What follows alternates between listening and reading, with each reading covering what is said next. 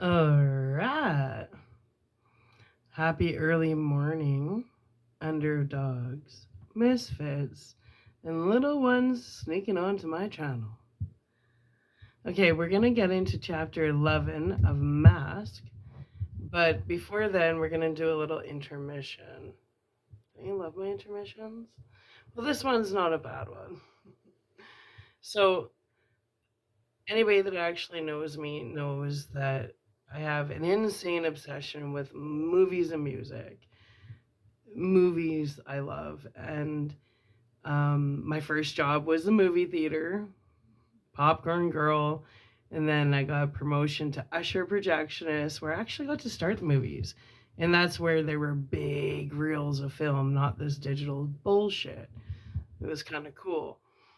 And the first movie that I set, I fucked it up.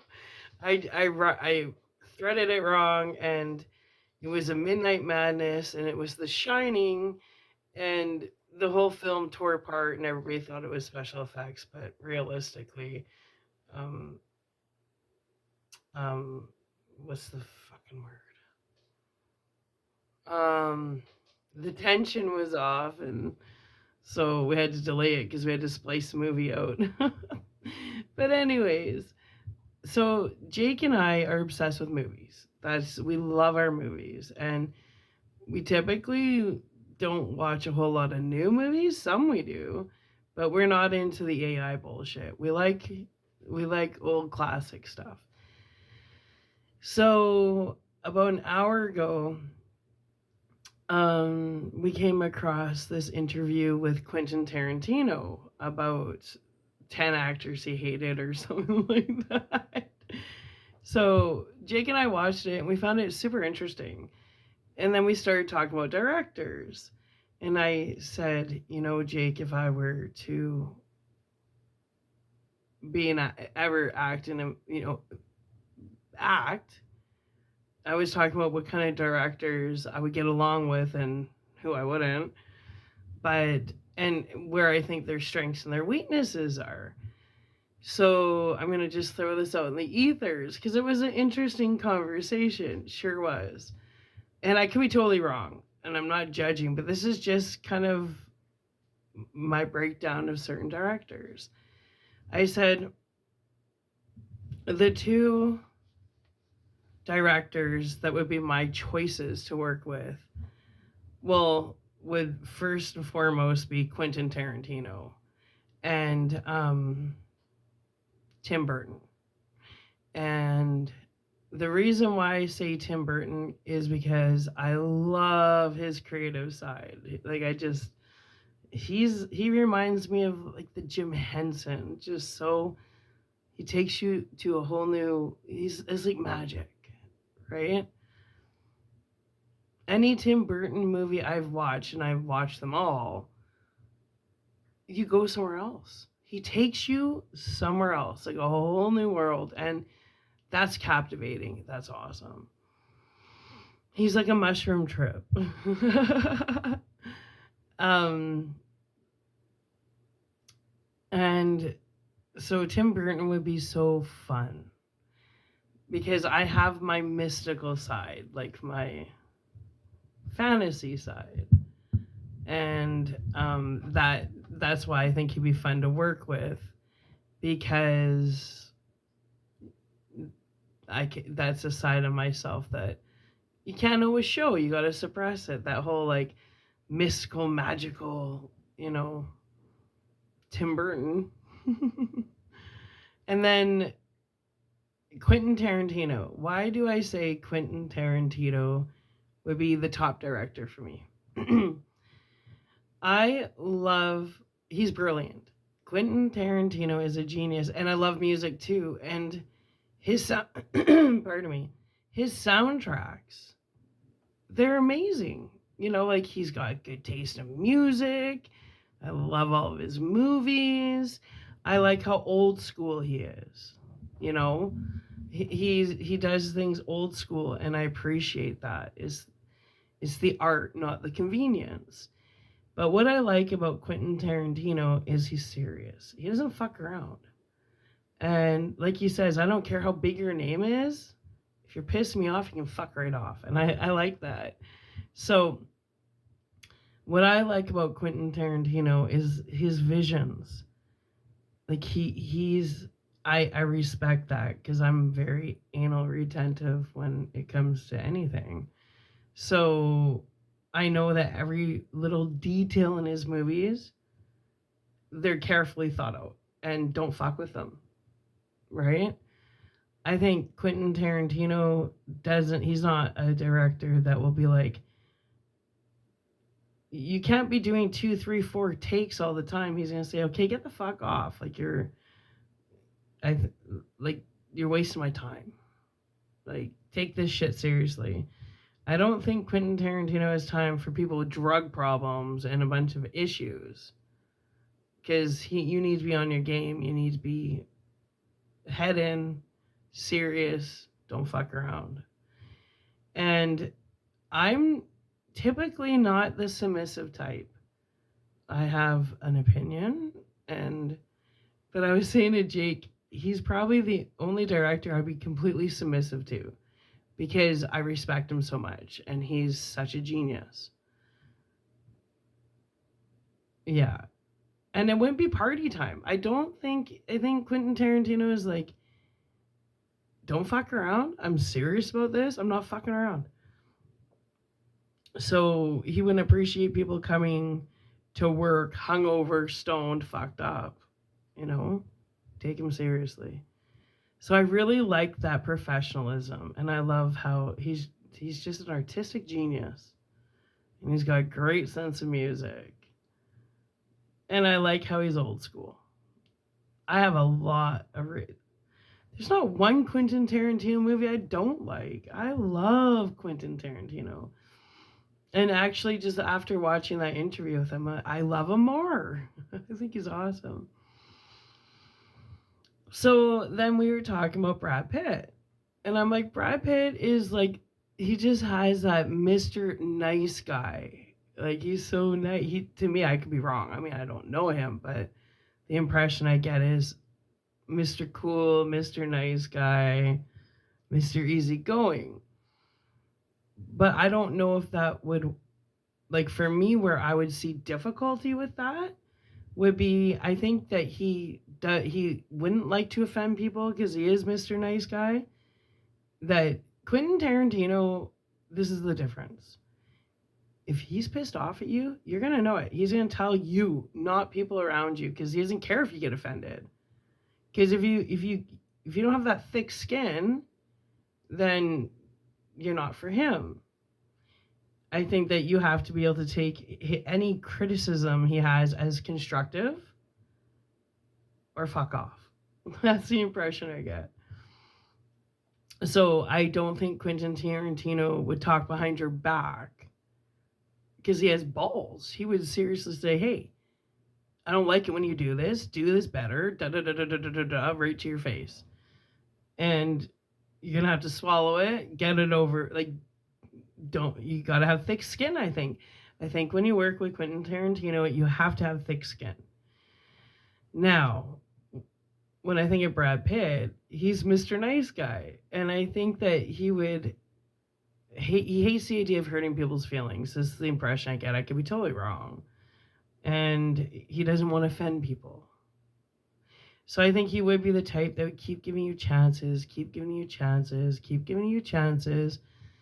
And I think that, I could be wrong, but I think he would go to someone he cared, like a friend of his, before he'd go directly to the person and have a conversation about, you're fucking up here or whatever. Because he's like, well, I can see him being like, well, they got potential, But the problem is with that is for the other people that are totally professional and they don't need 3, 4, 5 takes. And they're not playing head games and they're not making excuses for their unprofessionalism. Well, that's holding up the people that can do stuff in 1 or 2 takes. Opposed to the other one that's always late, maybe hungover, maybe like all flirty with the coworkers, not professional, not able to separate their personal life from their professional life, which is very important. And that's where Quentin Tarantino would probably, I just think he's so professional. Separate that personal life from your professional life. And if you have problems on the side, don't bring them to work. That's what I see. And I think Brad Pitt would be the type that's such a nice guy that maybe people would be like, I need to talk to you. I know I didn't do so well today, but I have this and that and this and that going on, at home. And it's like, that's not his problem. That's your problem. And get therapy if you need it. So I think that, there's like that blurred line because he is so Mr. Nice Guy. That's what I get. And then Jake and I were talking about Tom Cruise. And I'm like, Tom Cruise. Tom Cruise is wonderful. Like, he's his own stuntman. I said to Jake, I think he directs because everybody has a muse, right? Like, I think John Hughes' muse was Molly Ringwald. And everybody, like certain directors, and I think Uma Thurman was one of Quentin Tarantino's muses. And then wasn't Johnny Depp was Tim Burton's muse. So people start creating movies around certain actors, and I think they actually write scripts upon their muses. So, and I'm sure Tom Cruise will never see this, but should you ever, for some weird ass reason, please don't take offense to this, Tom.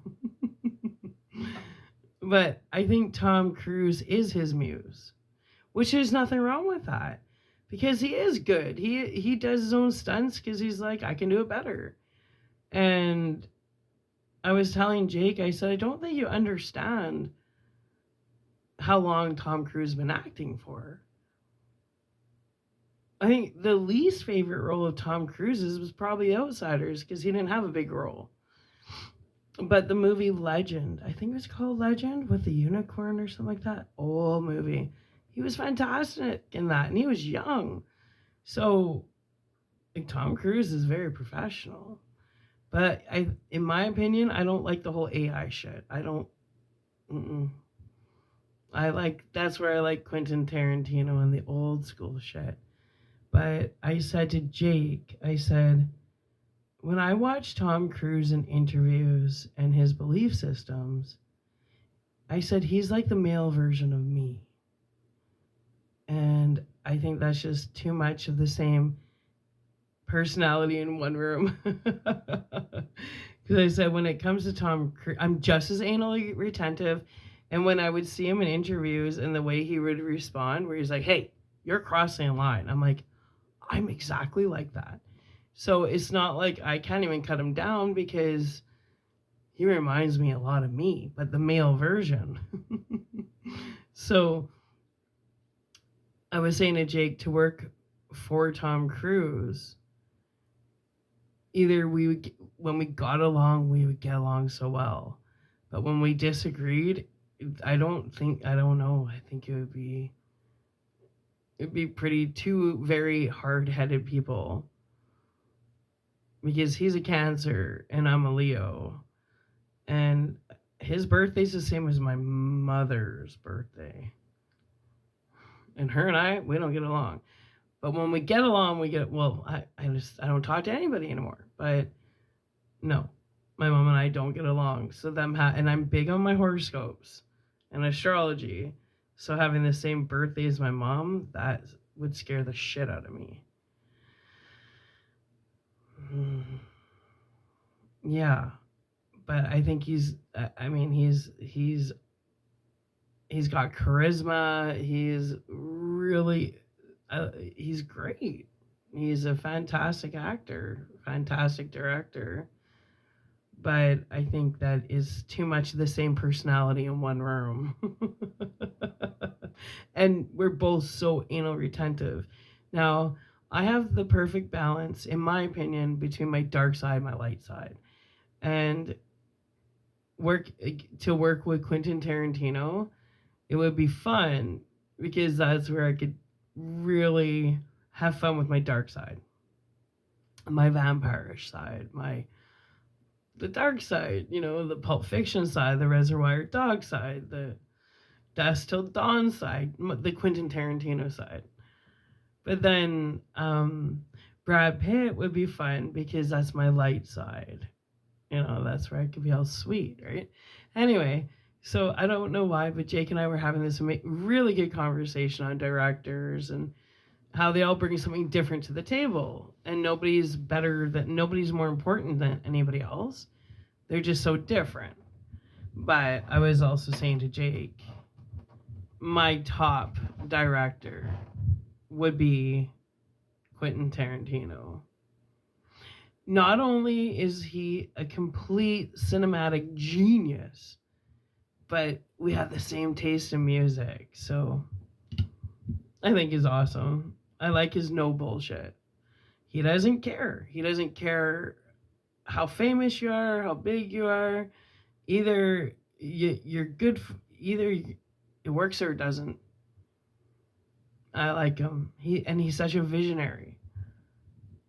That's what Jake and I were talking about. Like he has the vision already. In his mind, the movie is already done. Because he's a master manifester. But if you're gonna get in his way, you're gonna fuck right off. And I love that, like, no bullshit. I love someone that I mean, I got thick skin. I can take constructive criticism, but I like someone that will go straight to you and be like, what you see is what you get. You're fucking up here. Fix it or fuck off. I like that. I appreciate that. But people that lolly-dally or they're Mr. Nice Guy or nice woman, they're like, well, I don't want to hurt their feelings. Well, that I don't like that because I read energy, so I can tell when somebody's not being honest with me. So I don't appreciate that. But then there's personalities that are oversensitive and they need to be coddled, or you'll never hear the fucking end of it. So, and then Tim Burton, oh, he's just a mushroom trip. I love Tim Burton. He'd be so fun because he's so creative, and that's just that creativity is just a high on its own, like a natural. I think just being in his energy would be like just a whole new world. Anyway, so let's get into this now that I'm 17 minutes in. But when Jake and I have those really good conversations, I like to discuss them because it was a really good conversation. So I'm going to readjust my little reading station, because I am. So just give me a minute.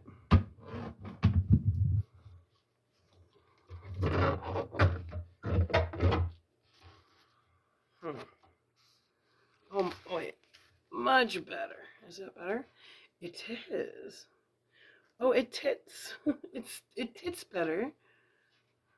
Can I read like that? Oh, I can. So I hope I didn't offend anybody. I just wanted to share our conversation. Jake and I have really good conversations. But that was one that I thought was worth sharing.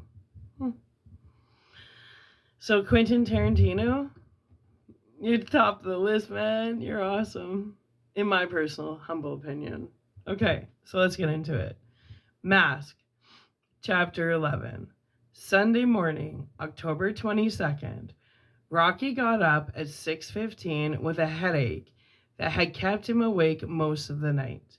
He took a quick shower and got dressed in his best shirt and jeans. After spending at least 5 minutes to blow dry his hair and get it just right, he removed his strong box from the dresser drawer, opened it, and took $40 in small bills. He planned to leave the house before Rusty and Gar were awake, make the trip, and return well before dark. They always slept late on Sunday mornings. Last night they were up past midnight, and he figured that if he waited until they woke up, two things would almost inevitably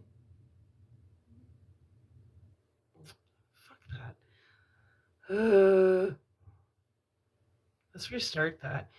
This is not my kind of writing. Like it doesn't. It's just not flowing enough for me. So, and I haven't read in about 10 years. So forgive me. Let's try this again. Okay, capiche? Good. Chapter 11. Sunday morning, October 22nd, Rocket got up at 6:15 with a headache that had kept him awake most of the night. He took a quick shower and got dressed in his best shirt and jeans. After spending at least 5 minutes to blow dry his hair and get it just right, he removed his strong box from the dresser drawer, opened it, and took $40 in small bills. He planned to leave the house before Rusty and Gar were awake, make the trip, and return well before dark. They always slept late on Sunday mornings. Last night they were up past midnight, and he figured that if he waited until they woke up, two things would be almost inevitable. One, it would then be too late to make the round trip bus ride in daylight, and therefore, two, they wouldn't give him permission to go, and he had to go today. He had a gut feeling that if he didn't make the trip now, well, he still had the courage. He'd never do it. He placed the strong box back in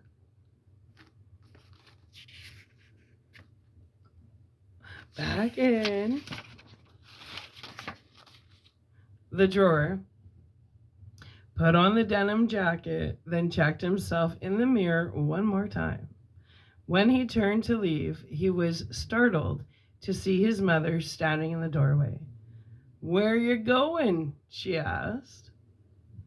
"I gotta go somewhere, Mom." He walked up to her calmly, put his hands on her shoulders, looked directly into her eyes. "I gotta do something. I'll be back. Don't worry about me." Still not fully awake, Rusty nodded, walked him to the front door, kissed him on the cheek. "Just be home before dark, huh?" "I will." He walked 3 blocks west and waited for the local RTD bus at the corner of Blair Street and Manning Boulevard. RTD stood for Rapid Transit District, which always gave him a smile.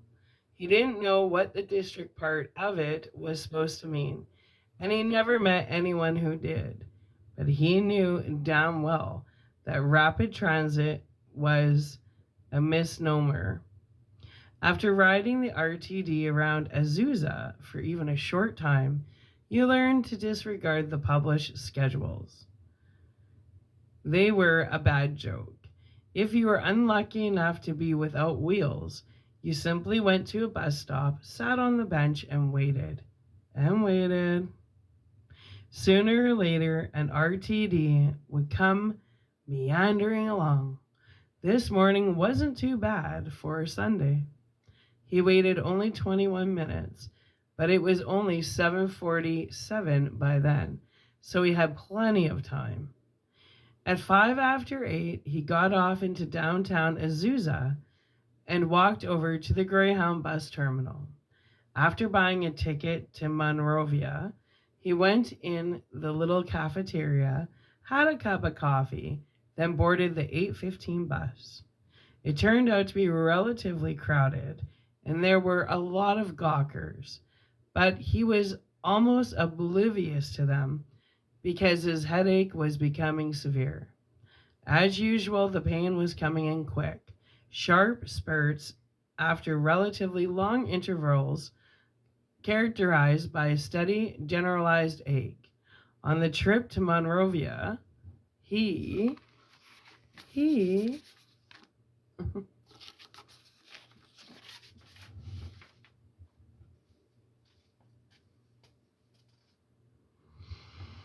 closed his eyes and tried to concentrate on pleasant memories, but the motion of the bus made it more difficult than usual. It was 9:05 when he got off in Monrovia and went into the terminal. At that point, the headache was so severe that his vision was blurred. He sat on a bench in the waiting room until the pain subsided again, then bought a ticket on Continental Trailways to Sierra Madre. The bus was scheduled to leave at 9:25, and he was glad for the chance to sit quietly for a while, close his eyes, and try to get the biofeedback technique to work. Before the bus was announced, his vision was clear again, and the pain had become generalized and at least tolerable. He took deep breaths when he boarded the bus. Rocky consoled himself with the thought that the ride to Sierra Madre was fairly short and that soon he'd be on the last leg of the journey. He waited to arrive before noon to have as much time there as possible, and it looked good when he walked into the little terminal in Sierra Madre. It was only 5 till 10. Beginning to feel excited now, he bought a ticket on the 1018 Trailways bus to San Marino that was scheduled to arrive at 10:46. All his thoughts were now of Diana. He sat on a bench in the tiny waiting room, took out the photograph, and studied every detail. It had been 83 days since he saw her last. The morning of July 31st, in front of the dining hall. That was an unpleasant memory because of her parents. But he had hundreds of happy ones. He didn't know how many times he'd called her over those 83 days, but he'd spoken to both her parents and left messages and was given assurances that Diana had received each previous one. But he knew better by then. He knew they were liars.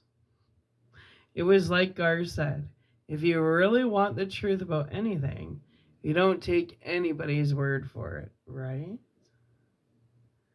You go to the source. Right. I agree with that. He was going to the source, who was probably just as hurt by the lies as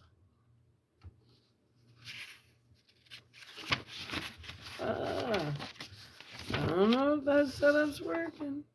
As he was, maybe even more. At least he knew the liars for what they were and knew how to beat them.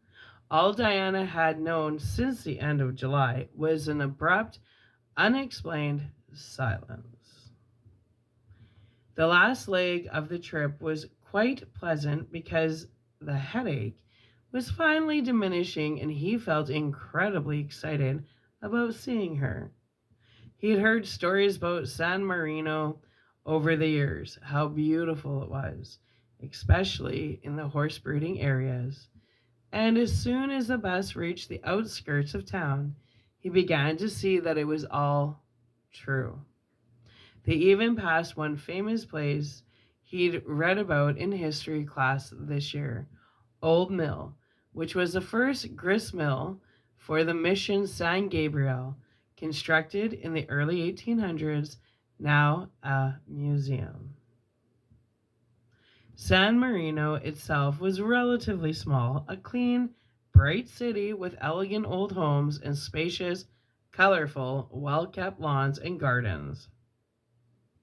Royal palms lined many of the quiet, shady streets, and some of the older sections still had bridle paths off the main roads.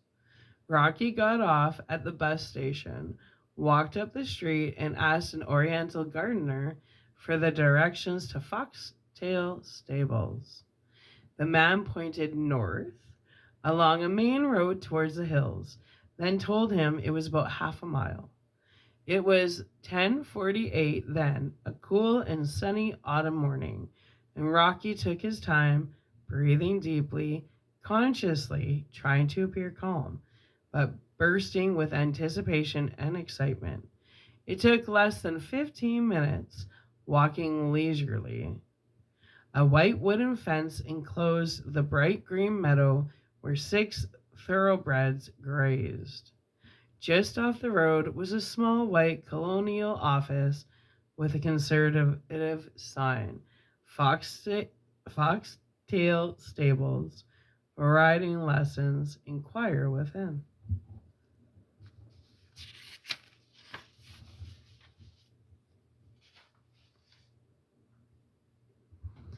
Rocky opened the squeaky screen door and went in. All four walls were lined with literally hundreds of prize ribbons from horse shows, a virtual rainbow of colors, many old and faded, plus framed photographs of thoroughbreds. Some in shows, some racing, some receiving awards with their owners. A lean, middle-aged woman in Western clothes looked up at him from an old roll-top desk and, after she recovered from her shock at seeing Rocky's face, asked, "May I help you?"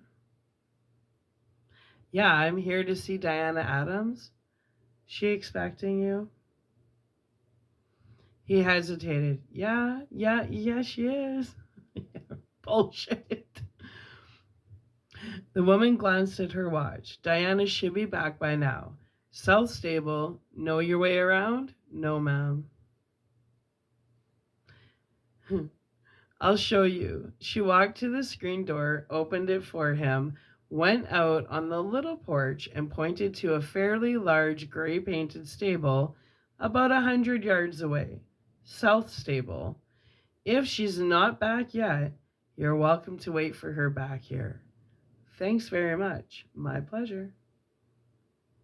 He started walking, felt a sudden irresistible urge to run, gave into it, broke into the fast jog, then ran, then sprinted, flat out all the way.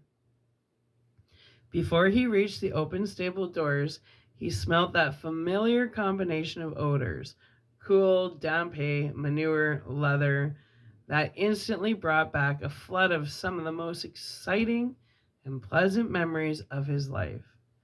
Diana and her friend Anne Marie stood just inside, unbridling their horses. They both were riding clothes, and Diana's blonde hair seemed longer than before. "Diana?" The girls turned. Diana blinked, recognizing the voice.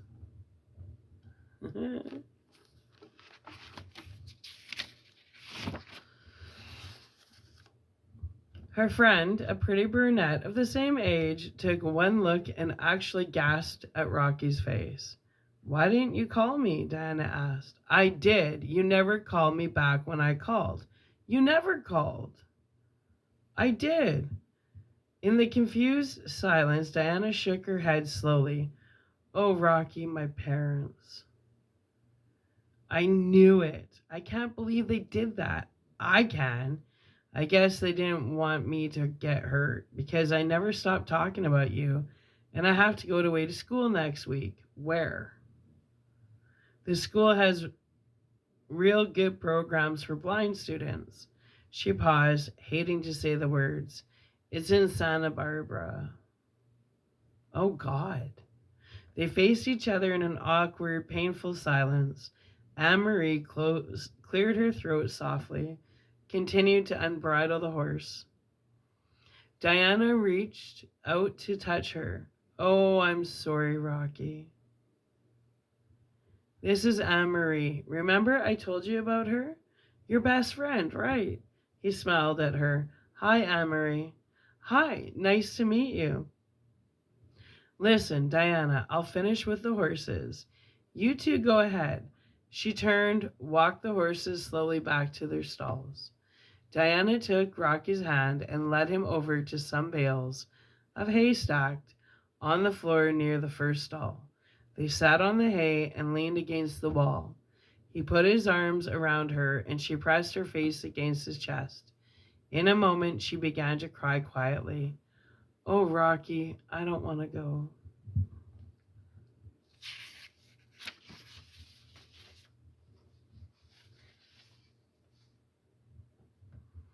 He held her close, stroked her hair, closed his eyes tightly when he felt the threat of tears. Then, after a while, almost unaccountably, he laughed softly as if to himself. Diana pulled away. Are you laughing at me? Oh no, he drew her back to him. Never. It's just that here it is, the most rotten time of my whole life. You have to go away to school. I hate my school. The trip to Europe is off. Oh, Rocky, no. But it's okay, really. That's what's so funny. Doesn't matter. It's all okay now because I know you still love me. I do. I really do. I know. Rocky held his girl and was, at that moment, at peace with all of it. I wish we could run away and be together all the time. We can't run away, Diana. I know. But we can sort of run away. In our minds, anyway. We can remember camp in the mountains and New Year's Eve. She moved her face next to his and put her arm around his neck. Especially New Year's Eve. He kissed her, but not like the last time. This time it was completely unreserved. A long, tender, passionate, beautiful kiss. Then, very quietly, boy, do I love you. As Diana snuggled closer, he continued in the same quiet, barely audible tone. Yeah, it's like what I told my mom when Red died. What? We'll be together, even though we can't be together. Diana understood. Not completely, but enough. She didn't need all of it. And she made certain they were alone together that afternoon for as long as Rocky could possibly stay. Every moment of it, holding his hand all the time, she showed him around the grounds, the track, the other stables, let him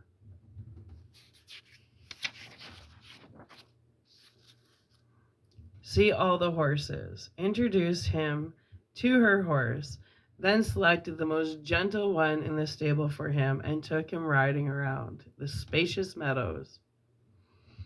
He saw her house from a distance and she described exactly where her room was and how it was furnished.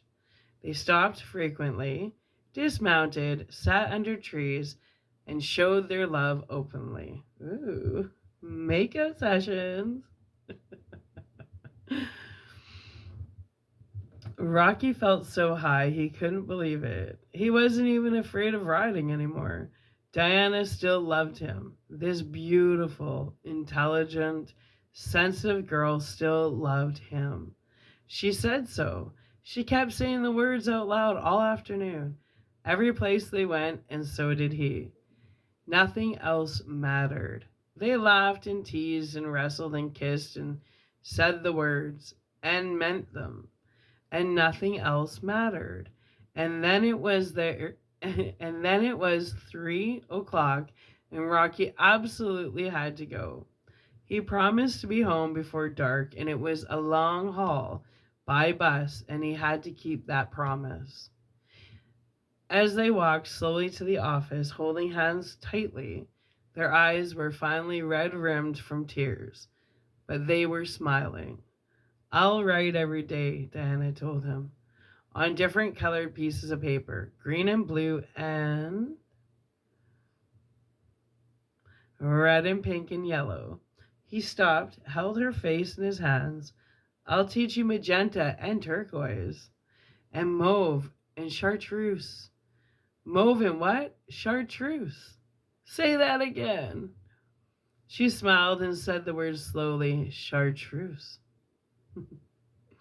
Rocky kissed her, hugged her, then walked away backward, trying to freeze the image in his memory, knowing it would have to last a long time.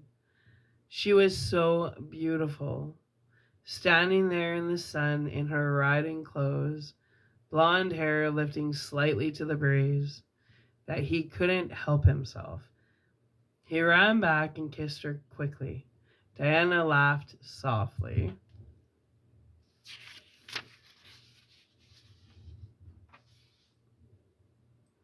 A startled, euphoric little laugh.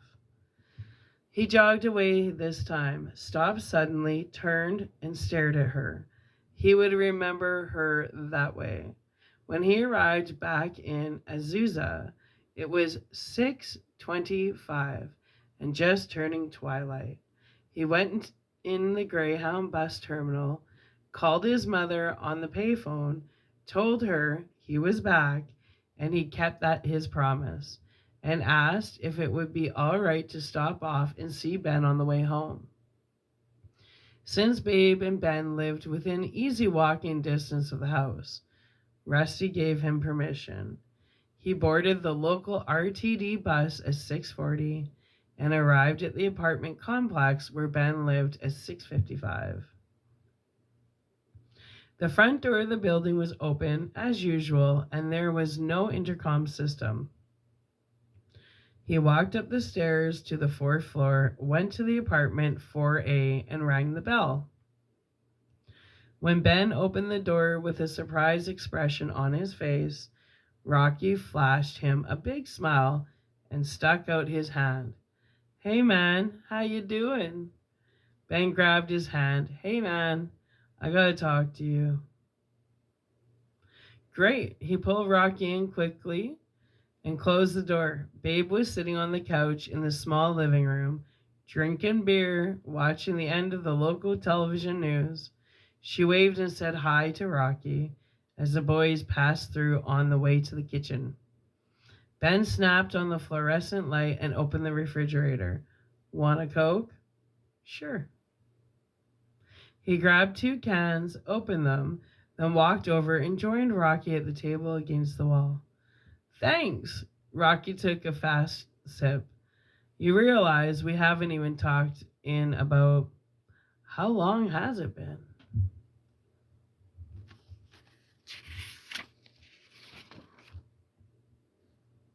"Since August." "Yeah. Christ, since August." "I just wanted to say I acted real dumb, Ben. I didn't mean what I said, you know." "Hey, no sweat. I acted dumb too.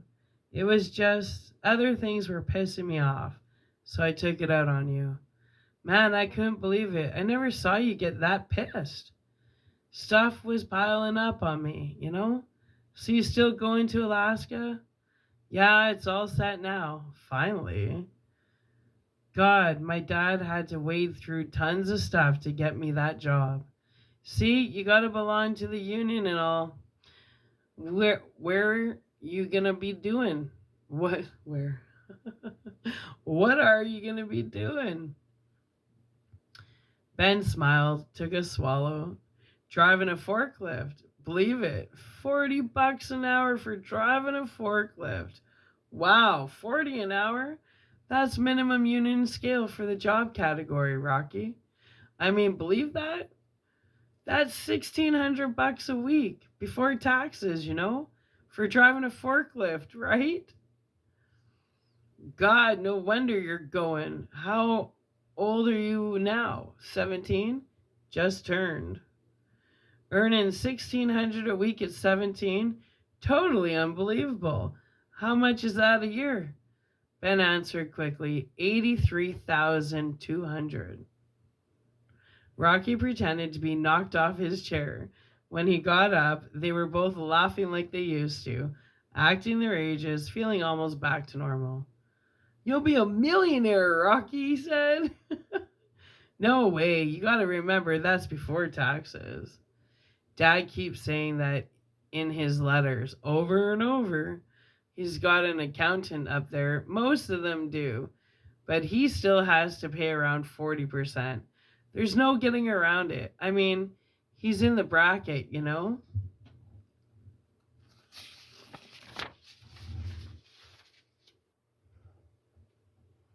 Still, it's a bundle, so when you leaving?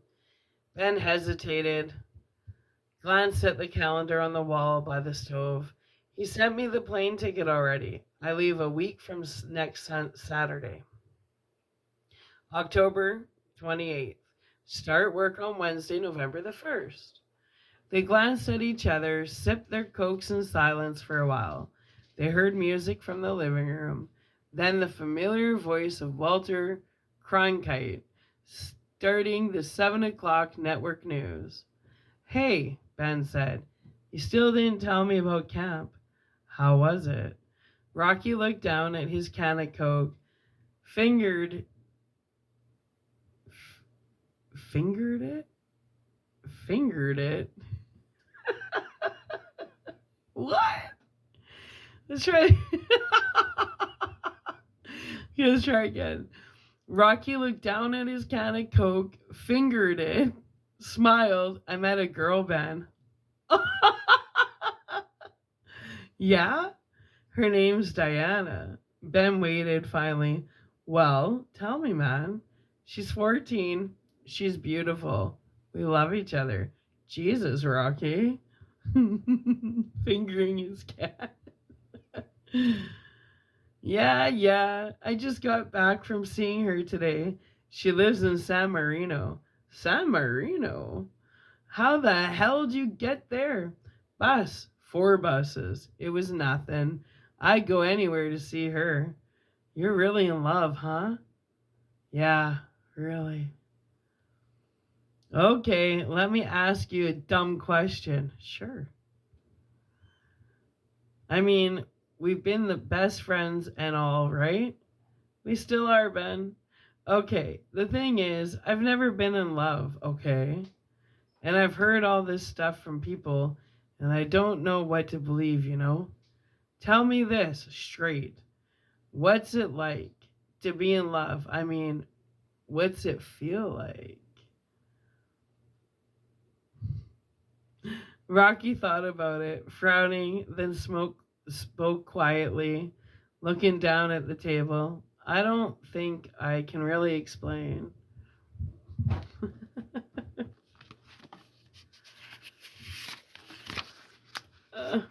No.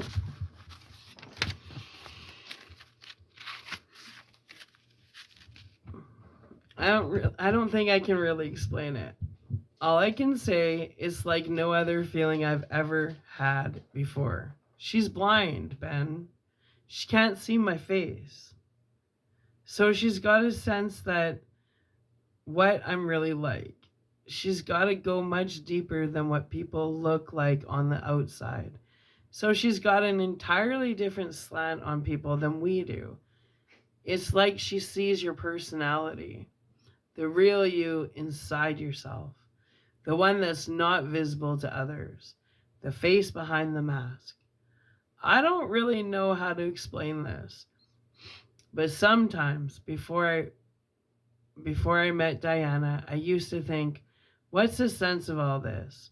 Why was I the one to get stuck with a face like this? I used to think, why would God do this to me? Why would he put somebody through this horror? I don't know. I don't know anything anymore, except just one thing. Diana's got it worse than I do, 1,000 times worse. And I love her because she's taught me to see what I could never see before. She says beauty, that's not visible.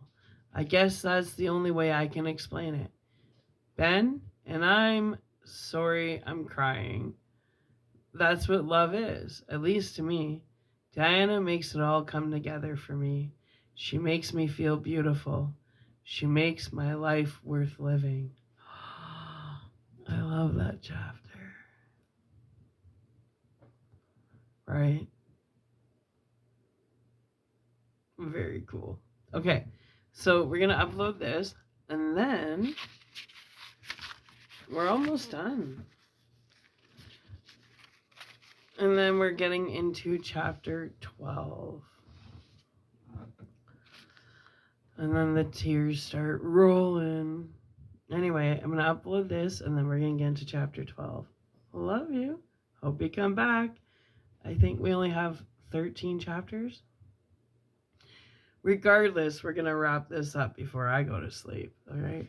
It's going to be an all-nighter. How about it? Right? All right. I love you. Come on back. Bye.